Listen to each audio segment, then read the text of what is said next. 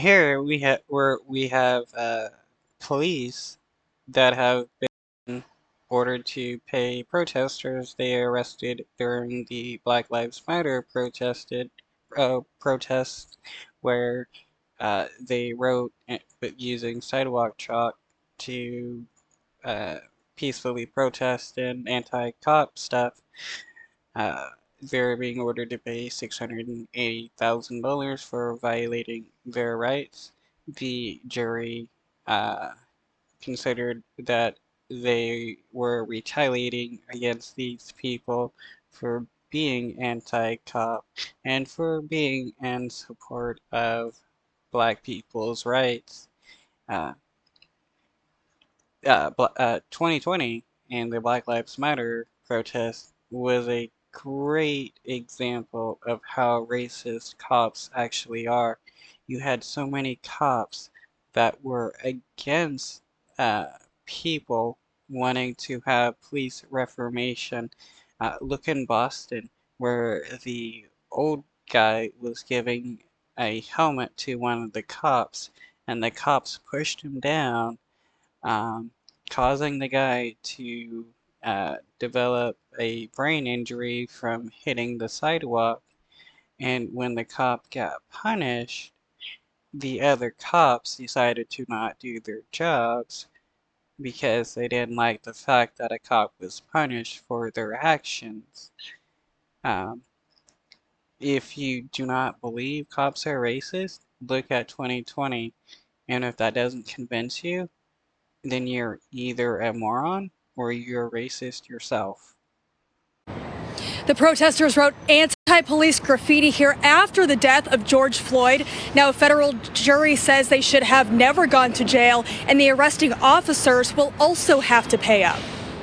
It's a good day for free speech in the Western District of Washington. After a week-long trial, a victory for Braden Pence's 4 clients responsible for this display. The 4 protesters sued the city for their arrests for writing peaceful protest and anti-police messaging in sidewalk chalk during a 2021 demonstration outside the East Police Precinct. At the heart of it, this case was about the Black Lives Matter movement. The federal jury in the past week determined the officers involved acted with malice or oppression in regard to the protesters' constitutional rights, and that the arrests and bookings were retaliatory. Pence explains police were not And we're supposed to believe that cops are there to protect people's rights.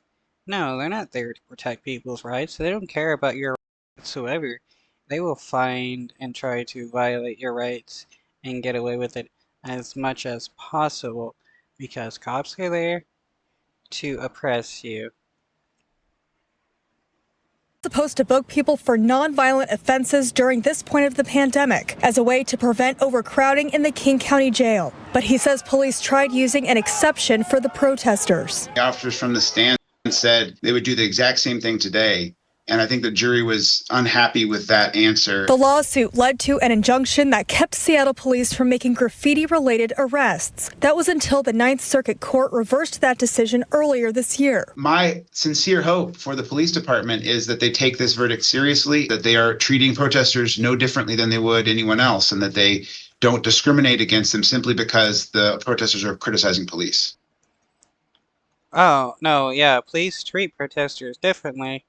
If you're like pro-police and pro-Nazi, yeah, the police love you. They will protect you. But if you're on the left and protesting against systematic issues going on, especially racism, the cops will beat the F out of you because most of these cops are racist and they're all Nazis. Well, saying that, then that means they're all Nazis.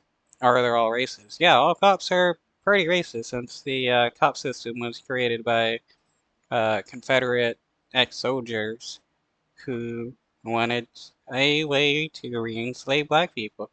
Look at the 13th Amendment. Did not do away with slavery. It just made it possible to enslave black people if they were convicted of a crime. That's why a lot of federal prisons and for-profit prisons